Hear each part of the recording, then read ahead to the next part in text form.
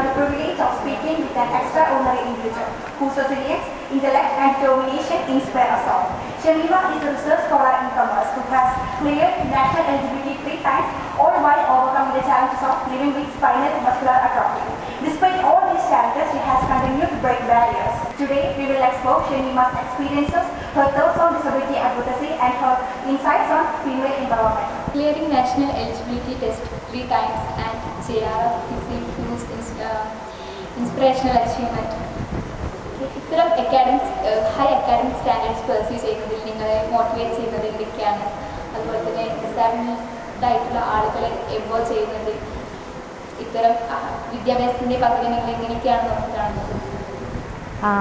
National eligibility test 3 times qualify ചെയ്തെന്ന് പറഞ്ഞു. അത് വലിയൊരു മൈൽ സ്റ്റോൺ ആയിരുന്നു എൻ്റെ അക്കാദമിക് ജേർണിയിൽ.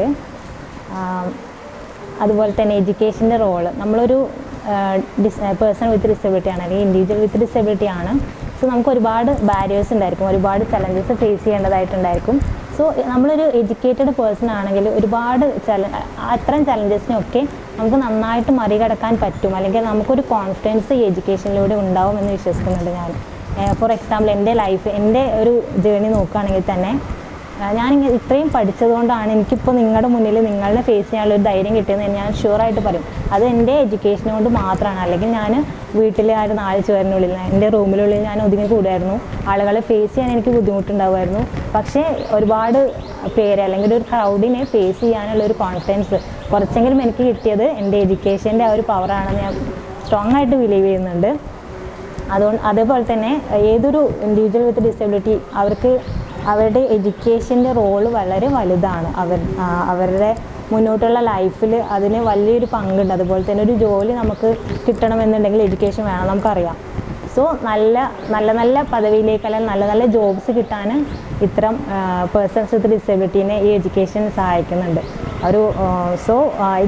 ഇങ്ങനെയുള്ള ആളുകളിൽ എഡ്യൂക്കേഷൻ നല്ലൊരു ഇമ്പോർട്ടൻ്റ് ആയിട്ടുള്ള ഒരു റോൾ തന്നെയുണ്ട്. അവരുടെ ഭാവിയിലുള്ള കാര്യങ്ങൾ, അവരുടെ ജോബ്സ് ആണെങ്കിലും എന്താണെങ്കിലും അവരുടെ ലൈഫ് സെക്യൂർ ആക്കുന്നതിൽ എഡ്യൂക്കേഷന് വലിയൊരു റോളുണ്ട്. സോ എൻ്റെ ഒരു പേഴ്സണൽ എക്സ്പീരിയൻസ് എടുക്കുകയാണെങ്കിലും PG കഴിഞ്ഞു, ഞാനിപ്പോൾ PhD ചെയ്തുകൊണ്ടിരിക്കുകയാണ്.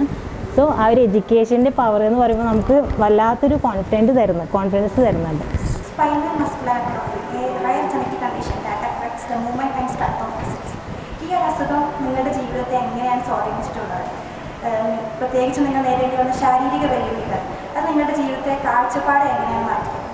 പറഞ്ഞല്ലോ, സ്പൈനൽ മസ്കുലർ അട്രോഫി SMA എന്നാണ് എൻ്റെ കണ്ടീഷൻ്റെ പേര്. നമ്മുടെ മസിൽസ് കാലക്രമേണ വീക്കായി വന്ന് നമ്മുടെ മൂവ്മെൻറ്റ്സിനെ നെഗറ്റീവ്ലി എഫക്റ്റ് ചെയ്യുന്ന ഒരു കണ്ടീഷനാണിത്. സോ എൻ്റെ ഈ ഒരു കണ്ടീഷൻ്റെ ആദ്യ കാലങ്ങൾ പറയുകയാണെങ്കിൽ ചെറുതിൽ ഞാൻ നന്നായി നടക്കുമായിരുന്നു. നിങ്ങളെപ്പോലെ നോർമലായിട്ട് കുഞ്ഞു ബുദ്ധിമുട്ടുകളെ ഉണ്ടായിരുന്നുള്ളൂ നടക്കാൻ വേണ്ടിയിട്ട്.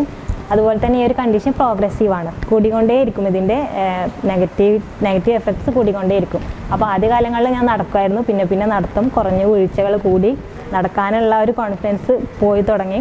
ദെൻ ഇപ്പോൾ 1 വർഷത്തോളം ആയി ഞാൻ കംപ്ലീറ്റ്ലി വീൽ ചെയർ യൂസ് ചെയ്യാൻ തുടങ്ങിയിട്ട്.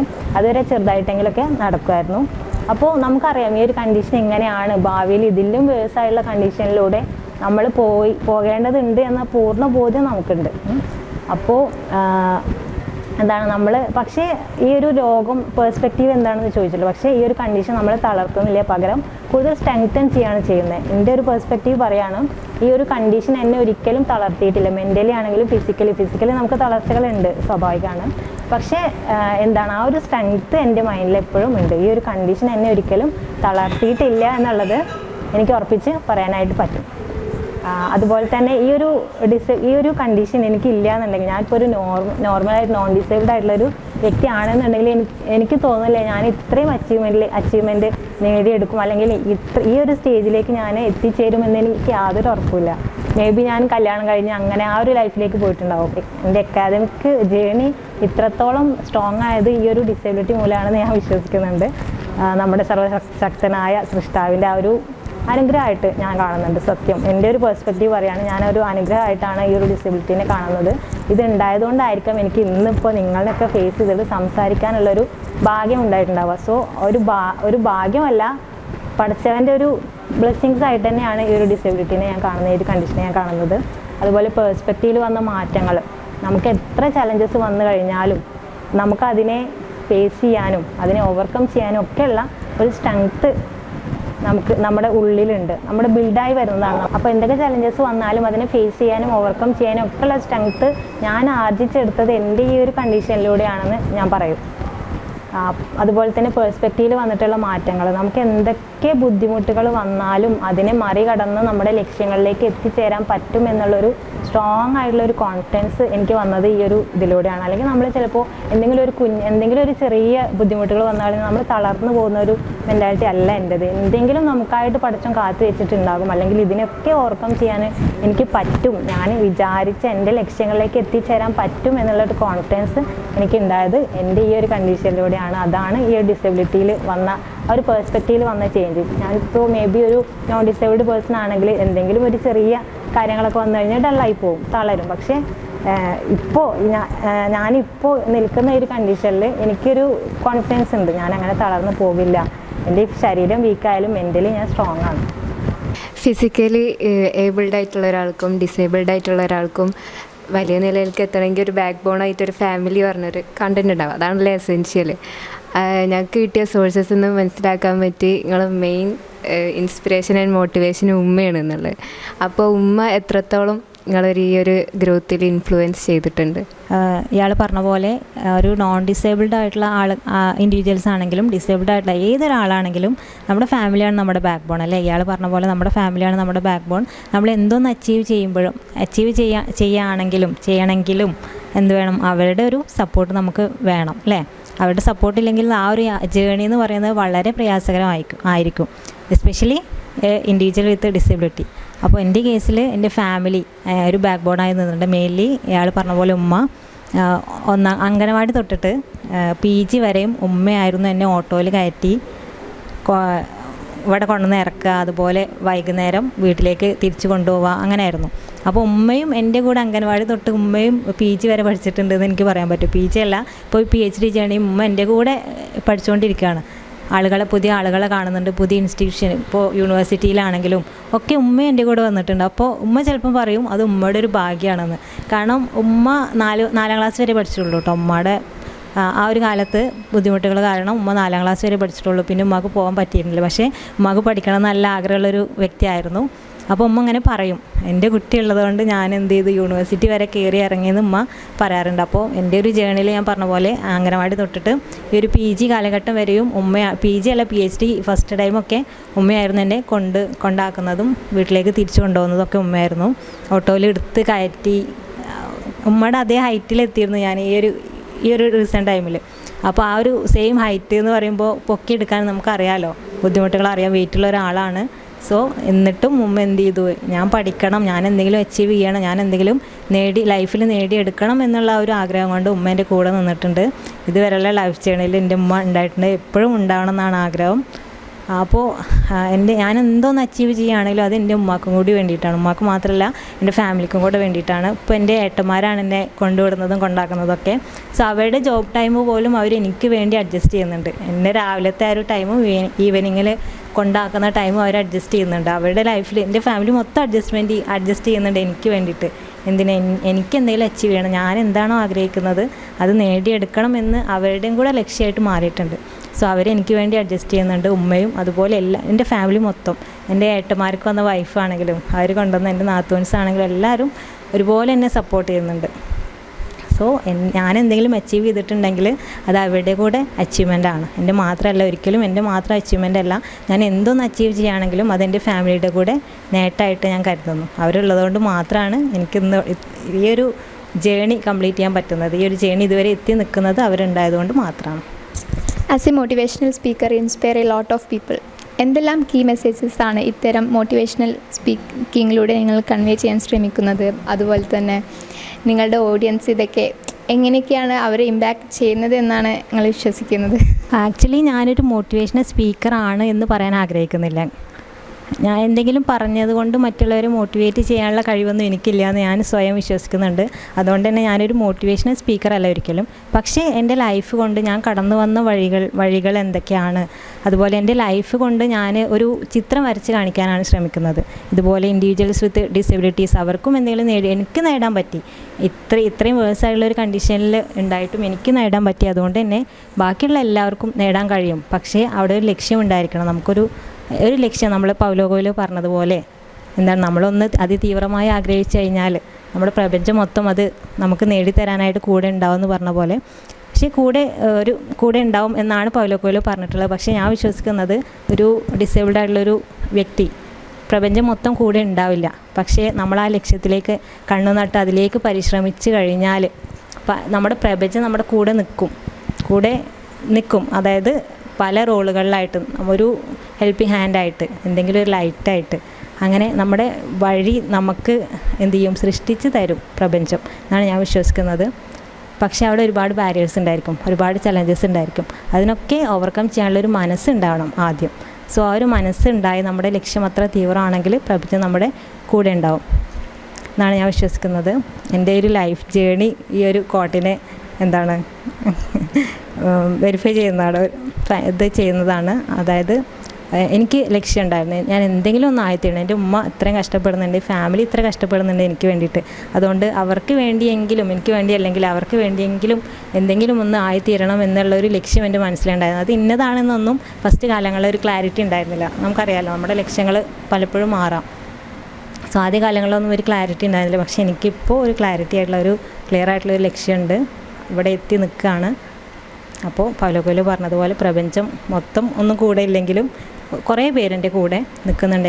എൻ്റെ ലക്ഷ്യത്തിലേക്ക് എത്തിച്ചേരാൻ വേണ്ടിയിട്ട് കുറേ പേര് നിൽക്കുന്നുണ്ട്. അതോടൊപ്പം തന്നെ ഒരുപാട് നെഗറ്റീവ് ആറ്റിറ്റ്യൂഡ്സ് നമ്മൾ നേരിടേണ്ടി വരുന്നുണ്ട്. ഒരുപാട് ചലഞ്ചസ് നമ്മൾ നേരിടേണ്ടി വരുന്നുണ്ട്. പല ചലഞ്ചസും നമുക്ക് ഓവർകം ചെയ്യാൻ പറ്റുന്നതിലും അപ്പുറമായിരിക്കും. ആ ഒരു ആ ഒരു കാര്യങ്ങളൊന്നും നമുക്ക് തൊടാൻ പോലും പറ്റില്ല.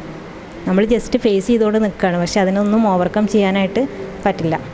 എസ്പെഷ്യലി ഒരു ഡിസേബിൾഡ് പേഴ്സൺ ആണെങ്കിൽ അറിയാലോ, നമ്മൾ നോർമലി ഒരാളാണെങ്കിൽ പോലും ഒരുപാട് ബാരിയേഴ്സ് നമ്മുടെ ലൈഫ് ജേണിയിൽ ഉണ്ടായിരിക്കും. അപ്പോൾ ഇങ്ങനെ ഒരാളും കൂടെ ആണ്. നമ്മൾ ഫിസിക്കലി നമുക്കതൊന്നും ചെയ്യാനായിട്ട് പറ്റുന്നില്ല എന്നുണ്ടെങ്കിൽ നമുക്കൊക്കെ ഊഹിക്കാൻ പറ്റുന്നുണ്ടാവും നമ്മൾ ഫേസ് ചെയ്യുന്ന ആ ഒരു ചലഞ്ചസിൻ്റെയും ഒബ്സ്റ്റാക്കിൾസിൻ്റെയും അതുപോലെ നെഗറ്റീവ് ആറ്റിറ്റ്യൂഡ്സിൻ്റെയും ഒക്കെ ആ ഒരു ഡിഗ്രി നിങ്ങൾക്ക് മനസ്സിലാക്കാൻ പറ്റുന്നുണ്ടാവുമെന്ന് വിചാരിക്കുന്നു. അപ്പോൾ അങ്ങനെ ഒരുപാട് നിരുത്സാഹപ്പെടുത്തലുകളും നെഗറ്റീവ് ആറ്റിറ്റ്യൂഡ്സും ചലഞ്ചസും ഒബ്സ്റ്റാക്കിൾസും ഒക്കെ നേരിട്ടിട്ടാണ് ഇവിടെ എത്തി നിൽക്കുന്നത്. ഇപ്പോഴും നമുക്ക് ഓവർകം ചെയ്യാൻ പറ്റാത്ത ഒരുപാട് തടസ്സങ്ങൾ നമ്മുടെ മുന്നിലുണ്ട്. പക്ഷേ ആ തടസ്സങ്ങളൊക്കെ സാക്ഷിയാക്കിക്കൊണ്ടാണ് നമ്മൾ ഈ ജേണി മുന്നിലേക്ക് പോയിക്കൊണ്ടിരിക്കുന്നത്. Your work as a poet reflects a deep understanding of life experiences. ചിലപ്പോൾ മറ്റൊരു തരം കമ്മ്യൂണിക്കേഷൻ മെത്തേഡ്സിലൂടെയും പ്രകടിപ്പിക്കാനോ അതോ പിടിച്ചു പറ്റാനോ കഴിയാത്ത കുറേ എക്സ്പീരിയൻസ് നിങ്ങൾക്ക് കവിതയിലൂടെ ചിലപ്പം പ്രകടിപ്പിക്കാൻ പറ്റാറുണ്ടോ? നിങ്ങൾ ഈ പോയിട്രി എഴുതുന്നതിൻ്റെ ആ പ്രോസസ്സ് ഒന്ന് പറയാമോ? പോയട്രി എഴുതുന്നതിൻ്റെ ഒരു പ്രോസസ്സ് എന്ന് പറയുമ്പോൾ അങ്ങനെ പ്രത്യേകിച്ച് പ്രോസസ്സൊന്നുമില്ല. നമുക്കിങ്ങനെ നമ്മുടെ ഉള്ളിലിങ്ങനെ തോന്നും ഇത് എഴുതിയേ തീരുള്ളൂ. അങ്ങനെ ആ ഒരു കണ്ടീഷനിൽ എത്തുമ്പോൾ മാത്രം എഴുതുന്ന ഒരാളാണ് ഞാൻ. അല്ലാതെ ചുമ്മാ ഇരുന്ന് എഴുതുന്ന ഒരാളല്ല. ഇത് എഴുതിയേ തീരും, എന്നാലും നമുക്കൊരു സമാധാനം കിട്ടും എന്നുള്ള ഒരു സ്റ്റേജുണ്ട്. അവിടെ എത്തുമ്പോഴാണ് നമ്മുടെ ഇന്ന തോട്ട്സ് അക്ഷരങ്ങളിലായിട്ട് രൂപപ്പെട്ട് ഒരു കവിത എന്ന് ഞാൻ വിളിക്കാൻ ഉദ്ദേശിക്കുന്ന ഒരു പരുവത്തിലാവുന്നത്. കവിതയാണെന്ന് പോലും എനിക്കറിഞ്ഞുകൂടാ ആ ഒരു പരുവത്തിൽ ആകുന്നത്. നമ്മുടെ ഉള്ളിലിങ്ങനെ ചില തോട്ട്സ് വരും, കൺവേ ചെയ്യണം, മറ്റുള്ളവരിലേക്ക് എത്തണമെന്ന് തോന്നുന്ന ചില തോട്ട്സ് വരും. അത് നമ്മൾ എന്ത് ചെയ്യും, കുത്തിക്കുറിക്കും. എഴുതാൻ എനിക്ക് ബുദ്ധിമുട്ടാണ്, അതുകൊണ്ട് ഫോണിലാണ് ടൈപ്പ് ചെയ്യുന്നത്. അങ്ങനെ പിന്നെ ഇയാൾ പറഞ്ഞ പോലെ നമുക്ക് പ്രകടിപ്പിക്കാൻ പറ്റാത്ത ഒരുപാട് കാര്യങ്ങൾ നമുക്കൊരു പോയട്രിയിൽ അല്ലെങ്കിൽ ഒരു എഴുത്തിലൂടെ നമുക്ക് പ്രകടിപ്പിക്കാനായിട്ട് പറ്റും. അതിനുള്ള നല്ലൊരു മെത്തേഡായിട്ടാണ് ഞാനും ഈ ഒരു എഴുത്തിനെ കാണുന്നത്. നമുക്കതിൽ ഒരുപാട് കാര്യങ്ങളെ ഒളിച്ചു വെക്കാനായിട്ട് പറ്റും. മറ്റുള്ളവർക്ക് മനസ്സിലായാലും മനസ്സിലായില്ലെങ്കിലും നമുക്കൊരു സാറ്റിസ്ഫാക്ഷൻ കിട്ടാൻ വേണ്ടി നമുക്കതിൽ പല കാര്യങ്ങളും ഒളിച്ചു വെക്കാം. അത് കാണേണ്ടവർക്ക് കാണാം, വായിക്കേണ്ടവർക്ക് വായിക്കാം, മനസ്സിലാക്കാത്തവർക്ക് അങ്ങനെയും ആവാം. പക്ഷേ ഒരു എഴുതുക എന്നുള്ള നമ്മുടെ ഒരു എന്താ പറയുക ആ ഒരു സംഭവം. Women empowerment is a key part of your narrative. Women, especially disabled women, അവരുടെ ഫുൾ പൊട്ടൻഷ്യലിലേക്ക് എത്താൻ സമൂഹം ഇനിയും എന്തൊക്കെ മാറ്റങ്ങൾ വരുത്തേണ്ടതുണ്ട്? നമുക്കറിയാം, വുമൺ എന്ന് പറഞ്ഞാൽ എന്താണ്, ഒരുപാട് ബാരിയേഴ്സ് ഉണ്ട്. ഒരു വുമൺ നമ്മൾ ഒരുപാട് ബുദ്ധിമുട്ടുകൾ നേരിടുന്നുണ്ട്. അതിലും എസ്പെഷ്യലി ഒരു വുമൺ വിത്ത് ഡിസബിലിറ്റി എന്ന് പറയുമ്പോൾ അവർക്ക് ഡബിൾ ബാരിയേഴ്സാണ്. As a woman, as a disabled person അവർക്ക് ഡബിൾ ബാരിയേഴ്സ് നേരിടേണ്ടി വരുന്നുണ്ട്. അപ്പോൾ അങ്ങനെയൊരു കണ്ടീഷനിൽ ഫസ്റ്റ് ഓഫ് ഓൾ നമുക്ക് വേണ്ട ഒരു കാര്യം എന്താണ്, നമ്മൾ നേരത്തെ പറഞ്ഞ പോലെ എഡ്യൂക്കേഷൻ്റെ റോൾ ഒരു എംപവർമെൻറ്റിൽ വളരെ ഇമ്പോർട്ടൻ്റ് ആയിട്ടുള്ളൊരു കാര്യമാണ്. അതുപോലെ തന്നെ ആക്സസിബിലിറ്റി, നമുക്ക് എഡ്യൂക്കേഷൻ നേടണം എന്നുണ്ടെങ്കിൽ നമ്മൾ ആഗ്രഹിച്ചാൽ പോരാ, നമുക്ക് അതിനുള്ള ഫെസിലിറ്റീസ് വേണം, അതിനുള്ള ആക്സസ് ആയിരിക്കണം. സോ ആക്സസിബിലിറ്റിയാണ് ഫസ്റ്റ് ഓഫ് ഓൾ ഒരു എംപവർമെൻറ്റിലേക്കുള്ള ഒരു വേ എന്ന് ഞാൻ കരുതുന്നു. നമ്മുടെ ചുറ്റും നമുക്ക് ആക്സസിബിൾ ആവാം, എല്ലാവർക്കും ഒരു നോൺ ഡിസേബിൾഡ് പേഴ്സണ് എങ്ങനെയാണോ ആക്സസിബിൾ ആവുന്നത് അതുപോലെ ഒരു ഡിസേബിൾഡ് പേഴ്സണും ആക്സസിബിൾ ആവും നമ്മുടെ ചുറ്റുപാടുകൾ. എങ്കിൽ മാത്രമേ അവരെ പോലെ നമുക്കും എന്ത് ചെയ്യാൻ പറ്റുള്ളൂ, ആ കാര്യങ്ങളൊക്കെ നമുക്ക് നേടിയെടുക്കാനായിട്ട് പറ്റുള്ളൂ. ഇപ്പോൾ ഒരു എഡ്യൂക്കേഷണൽ ഇൻസ്റ്റിറ്റ്യൂഷൻ്റെ കാര്യമാണെങ്കിൽ ആക്സസിബിൾ അല്ലാത്തൊരു ഇൻസ്റ്റിറ്റ്യൂഷനിലേക്ക് നമുക്ക് ഒരിക്കലും കടന്നു ചെല്ലാനായിട്ട് കഴിയില്ല. നമ്മൾ കടന്നു ചെല്ലണം എന്ന് ആഗ്രഹിച്ചാൽ പോലും ആ ഒരു ഇൻഫ്രാസ്ട്രക്ചർ അല്ലെങ്കിൽ ആ സിസ്റ്റമിക് ബാരിയേഴ്സ് നമ്മളെ അതിനെ അനുവദിക്കില്ല. സോ ഒരു എംപവർമെൻറ്റ് ഫസ്റ്റ് ആയിട്ടുള്ളൊരു കാര്യം എന്ന് ഞാൻ വിചാരിക്കുന്നത് ആക്സസിബിലിറ്റിയാണ്. നമ്മുടെ ആ സമൂഹത്തിൽ ഉണ്ടാകുന്ന എല്ലാ മനുഷ്യർക്കും വേണ്ടി ഓപ്പൺ ആയിരിക്കണം. പക്ഷേ നമ്മളിപ്പോൾ എന്താണ്, നമ്മുടെ സമൂഹത്തിൻ്റെ ഒരു എക്സിസ്റ്റ് ചെയ്യണത് എങ്ങനെയാണ്, നോൺ ഡിസേബിൾഡ് പേഴ്സണ് മാത്രം ആക്സസ് ചെയ്യാൻ പറ്റുന്ന തരത്തിലുള്ള ഇൻഫ്രാസ്ട്രക്ചർ ആൻഡ് കൺസ്ട്രക്ഷനാണ് ഇപ്പോഴും നടന്നുകൊണ്ടിരിക്കുന്നത്. ഇപ്പോൾ കൺസ്ട്രക്ഷനിലൊക്കെ പല മാറ്റങ്ങളും കൊണ്ടുവരണമെന്ന് ഗവൺമെൻറ് പറയുന്നുണ്ടെങ്കിൽ പോലും പലരും ഇപ്പോഴും അതൊന്നും ചെയ്യാണ്ട് അവർക്ക് മാത്രം ആക്സസിബിൾ ആയിട്ടുള്ള അവർ മാത്രം മതി, മറ്റുള്ളവർ വേണ്ട, അവർക്കിതൊന്നും ആവശ്യമില്ല ആ ഒരു കാഴ്ചപ്പാടിൽ തന്നെയാണ് ഇപ്പോഴും നമ്മുടെ സമൂഹം നിലനിൽക്കുന്നതെങ്കിലും അപൂർവമായിട്ട് ചില സ്ഥലങ്ങളിൽ ആക്സസിബിൾ ആയിട്ടുള്ള സ്ഥലങ്ങൾ ഒരുങ്ങിക്കൊണ്ടിരിക്കുന്നുണ്ട്. ഇപ്പോൾ ഞാൻ നമ്മുടെ കോളേജിൽ ജോയിൻ ചെയ്ത കാലഘട്ടത്തിൽ ഇവിടെ ആക്സസിബിൾ ആയിരുന്നില്ല കേട്ടോ. അതായത് ഞാൻ 1ാം ക്ലാസ് മുതൽ പഠിച്ച സ്ഥലങ്ങളൊക്കെ ആക്സസിബിൾ ആയിട്ടുണ്ട്. അതായത് എനിക്ക് വേണ്ടിയിട്ടാണ് ആ സ്ഥാപനങ്ങളൊക്കെ ആദ്യമായിട്ട് ഈ ഒരു ആക്സസിബിൾ എന്നുള്ളൊരു ആശയം അവർ കൊണ്ടുവരുന്നത് എനിക്ക് വേണ്ടിയിട്ടാണ്. ഞാൻ പഠിച്ച എൽ പി സ്കൂളാണെങ്കിലും UP സ്കൂളാണെങ്കിലും ഹൈസ്കൂൾ, ഹയർ സെക്കൻഡറി, ഇപ്പോൾ കോളേജാണെങ്കിലും ആദ്യമായിട്ട് ഇതൊക്കെ ഒരുക്കി തന്നത് എനിക്ക് വേണ്ടിയിട്ടാണ്. അപ്പോൾ ഞാൻ കടന്നു വന്ന വഴികളിലൊക്കെ ചെറുതായിട്ടെങ്കിലും ഒരു മാറ്റം, ആക്സസിബിലിറ്റി ആ ഒരു മാറ്റം കൊണ്ടുവരാൻ എനിക്ക് കഴിഞ്ഞിട്ടുണ്ട്. അത് അവരുടെയും കൂടെ ഒരു നല്ല മനസ്സാണ്. പക്ഷേ ഈ നല്ല മനസ്സ് ഞങ്ങളുടെ അവകാശമാണ് ശരിക്കും. അതൊരു നല്ല മനസ്സൊരു ഔദാര്യമല്ല, ഞങ്ങളുടെ അവകാശമാണ്. കാരണം നമ്മളൊരു സമൂഹത്തിൽ ജീവിക്കുന്നുണ്ടെങ്കിൽ ആ സമൂഹം എല്ലാവർക്കും ആക്സസിബിൾ ആയിത്തീരണം. അല്ലെങ്കിൽ നമ്മളവിടെ ഡിസ്പാരിറ്റി കാണിക്കുകയാണ്, അണിക്വാലിറ്റിയാണ്. കുറച്ച് പേർക്ക് മാത്രം നമ്മളത് ഓപ്പൺ ചെയ്യുക, അവർക്ക് മാത്രം കയറിയാൽ മതി, മറ്റുള്ളവരവിടെ നിന്നാൽ മതി എന്നുള്ളൊരു കാഴ്ചപ്പാട്. സോ ആക്സസിബിലിറ്റിയാണ് ഒരു എംപവർമെൻറ്റ് എന്നുള്ള ഒരു ഡിസേബിൾഡ് പേഴ്സണിൻ്റെ എംപവർമെൻറ്റിലെ മെയിനായിട്ടുള്ളൊരു കാര്യം. ഇതിന് എഡ്യൂക്കേഷൻ ആക്സസിബിൾ ആണെങ്കിൽ മാത്രമേ നമുക്ക് എഡ്യൂക്കേഷൻ നേടിയെടുക്കാൻ പറ്റുള്ളൂ, നമ്മുടെ സ്കിൽസ് ഇമ്പ്രൂവ് ചെയ്യാനായിട്ട് പറ്റുള്ളൂ. മുന്നോട്ട് പോകുമ്പോൾ ഒരുപാട് ഗോളുകളും ഇതൊക്കെ ഉള്ള ഒരാളാണെന്ന് നമുക്ക് എല്ലാവർക്കും തീർച്ചയായിട്ടുള്ളൊരു കാര്യമാണ്. എന്തൊക്കെയാണ് ഫ്യൂച്ചർ ഗോൾസ്, ബോത്ത് പ്രൊഫഷണലി ആയാലും പേഴ്സണലി ആയാലും എന്തൊക്കെയാണ് ഫ്യൂച്ചർ ഗോൾസിനെ കുറിച്ച് പറയുകയാണെങ്കിൽ ഗോൾസ് ഉണ്ട്. നമുക്ക് എല്ലാവർക്കും ഓരോ ഗോൾസ് ഉണ്ടായിരിക്കുമല്ലോ. ഈ ഗോൾസാണ് നമ്മുടെ ജീവിക്കാൻ പ്രേരിപ്പിക്കുന്ന ഒരു വലിയൊരു ഫാക്ടർ അല്ലേ. ഗോൾസ് ഇല്ലാതെ നമ്മൾ ജസ്റ്റ് ജീവിച്ച് പോകുക എന്നുള്ളതിലുപരി നമുക്കൊരു ഗോൾ ഉണ്ടെങ്കിൽ അത് അച്ചീവ് ചെയ്തെടുക്കണം എന്നുള്ളത് നമുക്ക് കിട്ടുന്ന ഒരു മോട്ടിവേഷനാണ്, ഒരു പോസിറ്റീവായിട്ടുള്ള കാര്യമാണ്. അത് നേടിയെടുക്കണം. ഒരു ലക്ഷ്യം ഉണ്ടാകുമ്പോഴല്ലേ നമുക്ക് ജീവിക്കാനുള്ളൊരു അർത്ഥം, നമുക്ക് ലക്ഷ്യം ഉണ്ടെങ്കിൽ മാത്രമേ നമ്മുടെ ആ ജീവിതത്തിനൊരു അർത്ഥം ഉണ്ടാവുള്ളൂ. സോ എനിക്കും ഉണ്ട് പേഴ്സണലി ആൻഡ് പ്രൊഫഷണലി ലക്ഷ്യങ്ങളുണ്ട്. ഫസ്റ്റ് പേഴ്സണലി പറയാം. പേഴ്സണൽ ഗോൾ എന്ന് പറയുന്നത്, എനിക്കറിയാം അങ്ങനെ ഒരുപാട് ഇൻഡിവിജ്വൽസ് വിത്ത് ഡിസബിലിറ്റീസ് ഇങ്ങനെ ഉള്ള ആളുകളെ എനിക്കറിയാം. സോ അവർക്ക് എന്തെങ്കിലും ഒരു ഹെൽപ്പിംഗ് ഹാൻഡ് പ്രൊവൈഡ് ചെയ്യുക എന്നുള്ളത് എൻ്റെ വലിയൊരു ഗോളാണ്. അത് അച്ചീവ് ചെയ്തെടുക്കാൻ പറ്റുമോ ഇല്ലയോ എന്നുള്ളത് എനിക്കറിയില്ല. പക്ഷെ എൻ്റെ മനസ്സിൽ എപ്പോഴുമുള്ള ഒരു ഗോള് അല്ലെങ്കിൽ ഒരു ലക്ഷ്യമായിട്ട് ഞാൻ കാണുന്നത് അതാണ്. ഒരുപാട് പേരുണ്ട്. ഞാനിപ്പോൾ ഈ ഒരു PhD ലൈഫിലെത്തി. ഞാൻ പല വേദികളിലും ഇങ്ങനെ ഈ ഒരു എഡ്യൂക്കേഷനെ പറ്റി ഷെയർ ചെയ്യുമ്പോൾ പലരും കണ്ണ് നിറഞ്ഞിരിക്കുന്നത് കാണാം. കാരണം അവർ അത്രത്തോളം പഠിക്കണമെന്ന് ആഗ്രഹിച്ചിട്ട് പോലും അവർക്ക് ഈ പറഞ്ഞ കാര്യങ്ങൾ കൊണ്ട് അല്ലെങ്കിൽ അവരുടെ പേഴ്സണലി ഉള്ള ചലഞ്ചസുകളോ ഫിസിക്കലി ഉള്ള കാര്യങ്ങളൊക്കെ ആയിക്കോട്ടെ, എന്താണെങ്കിലും അവർക്ക് എന്ത് ചെയ്യാൻ പറ്റില്ല, പഠിക്കാൻ പറ്റിയിട്ടില്ല. സോ അങ്ങനെ പഠിക്കാൻ പറ്റാത്തവരുടെ കണ്ണ് നിറഞ്ഞിട്ടുള്ള പല സിറ്റുവേഷൻ നമ്മൾ ഫേസ് ചെയ്തിട്ടുണ്ട്. അപ്പം ഞാൻ പഠിച്ചു എന്നുള്ളത് ഞാനവിടെ പ്രൗഡായിട്ട് പറയുമ്പോൾ അവിടെയുള്ള കുറേ പേര് എന്ത് ചെയ്യുന്നുണ്ട്, സങ്കടപ്പെടുന്നുണ്ട്, അവർക്ക് പഠിക്കാൻ പറ്റിയില്ലല്ലോ എന്ന് ഓർത്തിട്ട്.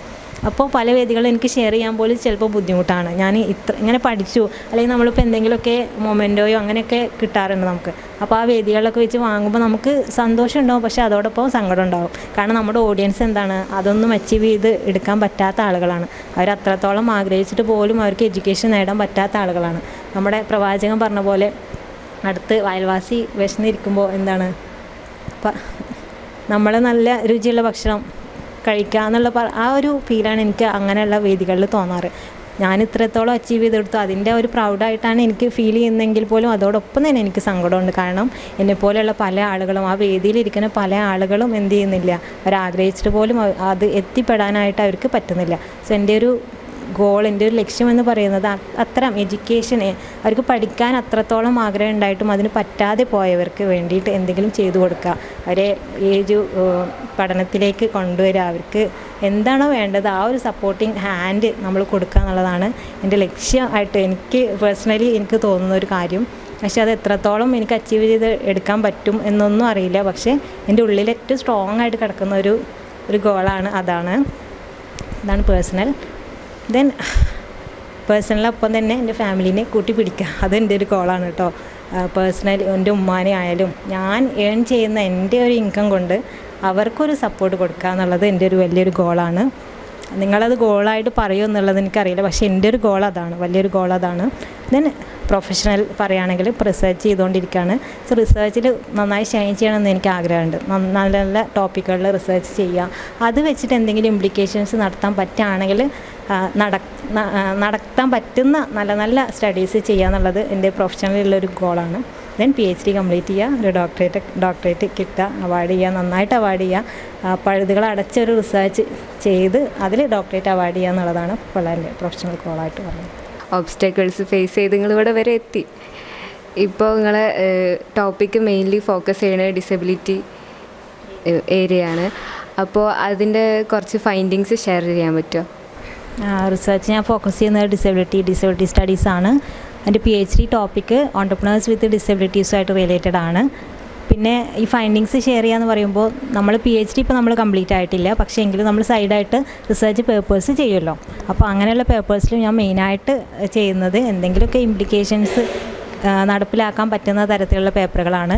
അത്തരത്തിൽ ഞാൻ ചെയ്തൊരു പേപ്പറാണ് ടെലികമ്മ്യൂട്ടിങ്ങിനെ കുറിച്ചിട്ട്. അതായത് ഇപ്പോൾ കോവിഡൊക്കെ വന്നപ്പോൾ വർക്ക് ഫ്രം ഹോം നല്ല ട്രെൻഡിങ് ആയിട്ട് നമ്മുടെ കേരളത്തിൽ ഇൻട്രൊഡ്യൂസ് ചെയ്ത്, അല്ലെങ്കിൽ കുറച്ചുകൂടെ ഫെമിലിയർ ആയിട്ടുള്ളൊരു ടൈമായിരുന്നു COVID-19 ആ ഒരു പശ്ചാത്തലത്തിൽ വർക്ക് ഫ്രം ഹോം. അപ്പോൾ ഈ വർക്ക് ഫ്രം ഹോം ഇത്തരത്തിൽ ഇൻഡിവിജ്വൽസ് വിത്ത് ഡിസബിലിറ്റീനെ ആ ഒരു അതിലേക്ക് എത്തിപ്പെട്ട് കഴിഞ്ഞാൽ അവരുടെ ലൈഫിലുണ്ടാകുന്ന മാറ്റങ്ങൾ, മീൻസ് അവർ ഒരു ജോലി ഇല്ലാതെ ഇരിക്കുകയാണ്, അവർക്ക് നമ്മൾ നേരത്തെ പറഞ്ഞ പോലെ ആക്സസിബിലിറ്റി പ്രോബ്ലംസ് ഒക്കെ ഉണ്ട്. അപ്പോൾ അവർക്ക് എന്ത് ചെയ്യാൻ പറ്റില്ല, പുറത്തിറങ്ങിയിട്ട് ഒരു ഓഫീസിൽ പോയിട്ടോ അല്ലെങ്കിൽ ഒരു കമ്പനിയിൽ പോയിട്ടോ ജോലി ചെയ്യാൻ പറ്റുന്ന ഒരു കണ്ടീഷനല്ല ഇപ്പോഴും നമ്മുടെ കേരളത്തിലുള്ളത് പല സ്ഥലങ്ങളിലും. അപ്പോൾ ഈ ഒരു വർക്ക് ഫ്രം ഹോം നമ്മുടെ COVID-19 ആ ഒരു സമയത്താണ് കൂടുതൽ എന്തായത് ഫെമിലിയർ ആയത്, അല്ലെങ്കിൽ പല സ്ഥാപനങ്ങളും ഇൻട്രൊഡ്യൂസ് ചെയ്തത് COVID-19 ആ ഒരു കാലഘട്ടത്തിലാണ്. സോ ആ ഒരു വർക്ക് ഫ്രം ഹോം ഇവിടെ ലൈഫിനെ എങ്ങനെ എഫക്റ്റ് ചെയ്യുന്നു എന്നുള്ളൊരു സ്റ്റഡി ഞാൻ ചെയ്തിട്ടുണ്ടായിരുന്നു. 100 പേര് വർക്ക് ഫ്രം ഹോം ചെയ്യുന്ന, കേരളത്തിൽ വർക്ക് ഫ്രം ഹോം ചെയ്യുന്ന 100 പേരെ എടുത്തിട്ട് സാമ്പിളായിട്ട് പഠിച്ചിട്ടുണ്ടായിരുന്നു.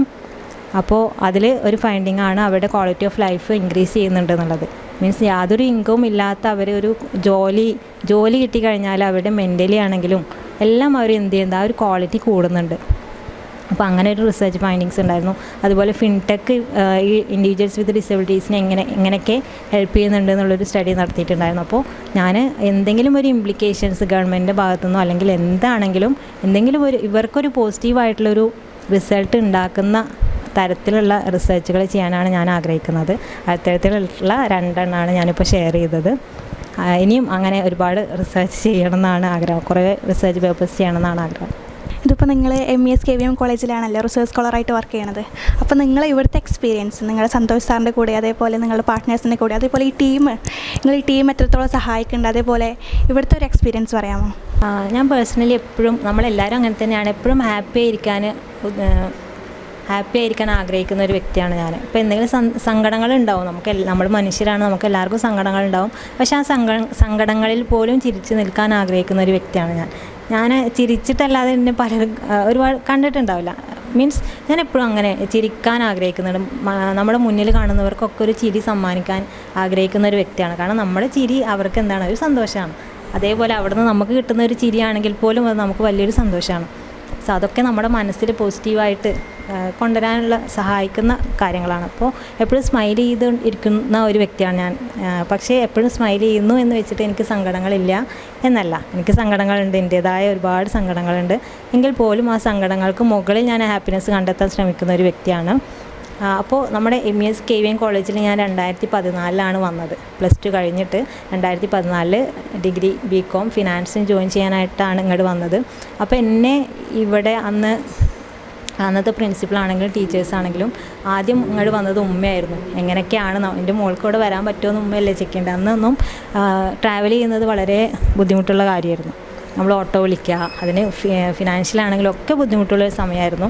അപ്പോൾ ആദ്യം ഉമ്മയാണ് ഇങ്ങോട്ട് വന്നത്. പ്രിൻസിപ്പളിനോടും ഒക്കെ സംസാരിച്ചപ്പോൾ അവർ രണ്ടും കൈ നീട്ടി സ്വീകരിക്കുന്ന പോലെയാണ് പറഞ്ഞത്, നിങ്ങൾ കുട്ടീനെ ഇവിടെ എത്തിച്ചാൽ മതി, ബാക്കി കാര്യങ്ങളൊക്കെ ഞങ്ങൾ നോക്കിക്കോളാം എന്നാണ് പറഞ്ഞിട്ടുണ്ടായിരുന്നത്. അപ്പോൾ നമ്മുടെ ഈ കൊമേഴ്സ് ബ്ലോക്കൊന്നും വന്നില്ല. ഞാൻ ഡിഗ്രിക്ക് ജോയിൻ ചെയ്യുന്ന സമയത്ത് നമ്മുടെ ഈ കൊമേഴ്സ് ബ്ലോക്ക് ഇല്ല. അവിടെ നമ്മുടെ മെയിൻ ബ്ലോക്കിലായിരുന്നു, 3rd ഫ്ലോറിലായിരുന്നു കൊമേഴ്സ് ഡിപ്പാർട്ട്മെൻറ്റ് ഉണ്ടായിരുന്നത്. അപ്പോൾ ആദ്യത്തെ 2 മാസക്കാലം നല്ല ബുദ്ധിമുട്ടായിരുന്നു. എൻ്റെ ഫ്രണ്ട്സായിരുന്നു എടുത്ത് കൊണ്ടുവരുന്നത്. വീൽ ചെയറിൽ ഇരുത്തിയിട്ട് അവർ പൊക്കി കൊണ്ടുപോവുകയായിരുന്നു ചെയ്തിരുന്നത്. സ്റ്റെയറിൽ കയറിയിട്ട് അങ്ങനെ കൊണ്ടുപോവുകയായിരുന്നു ചെയ്തിരുന്നത്. അപ്പോൾ ഞാൻ ഉച്ച വരെ ക്ലാസ്സിലിരിക്കും, ഉച്ചയ്ക്ക് ശേഷം പോകും. നമുക്ക് ബാത്റൂമൊക്കെ പ്രശ്നമായിരുന്നു, അന്ന് ടോയ്ലറ്റൊക്കെ പ്രശ്നമായിരുന്നു. അങ്ങനെയായിരുന്നു ചെയ്തിരുന്നത്. ദെൻ പിന്നെയാണ് നമ്മുടെ ഈ ഒരു ഡിപ്പാർട്ട്മെൻറ്റ് വരുന്നത്. ശരിക്കും നമ്മൾ ഡിപ്പാർട്ട്മെൻ്റ് ആയിട്ടായിരുന്നില്ല അവർ പ്ലാൻ ചെയ്തിട്ടുണ്ടായിരുന്നത്, ലേഡീസ് ഹോസ്റ്റലായിട്ടായിരുന്നു അവർ പ്ലാൻ ചെയ്തിട്ടുണ്ടായിരുന്നത്. പിന്നെ എന്തോ പടച്ചവൻ്റെ കാരുണ്യമോ എന്താണെന്നറിയില്ല, എനിക്ക് പഠിക്കാനുള്ള ഭാഗ്യമായിരിക്കാം, അത് കൊമേഴ്സ് ഡിപ്പാർട്ട്മെൻറ്റായി രൂപാന്തരപ്പെട്ടു. ദെൻ ഫസ്റ്റ് സെമ്മ് മുതൽ ഞാൻ പിന്നെ അവിടെ ആയി. നമ്മുടെ 2014 നമ്മുടെ ഈ ഒരു ഡിപ്പാർട്ട്മെൻറ്റ് വരുന്നത്. ഈ ഒരു ബിൽഡിങ്ങിൽ നമ്മുടെ ഡിപ്പാർട്ട്മെൻറ്റ് പ്രവർത്തിച്ച് തുടങ്ങുന്നത്. അങ്ങനെ 2014 തൊട്ട് 2019 വരെ ഡിഗ്രി PG ഇവിടെ തന്നെയായിരുന്നു. ഞാൻ പഠിച്ച ക്ലാസ്സുകളൊക്കെ ഒന്നായിരുന്നു കേട്ടോ. അതും കൂടെ ഞാൻ ഈ ഒരു അവസരത്തിൽ പറയാൻ ആഗ്രഹിക്കുകയാണ്. എൻ്റെ 1, 2 ക്ലാസ് ഒരു ക്ലാസ്സിലായിരുന്നു. ദെൻ 3, 4 ഒരു ക്ലാസ്സിലായിരുന്നു. ദെൻ 5, 6, 7 മൂന്നും ഒറ്റ ക്ലാസ്സിൽ ഇരുന്നിട്ടാണ് ഞാൻ പഠിച്ചത്.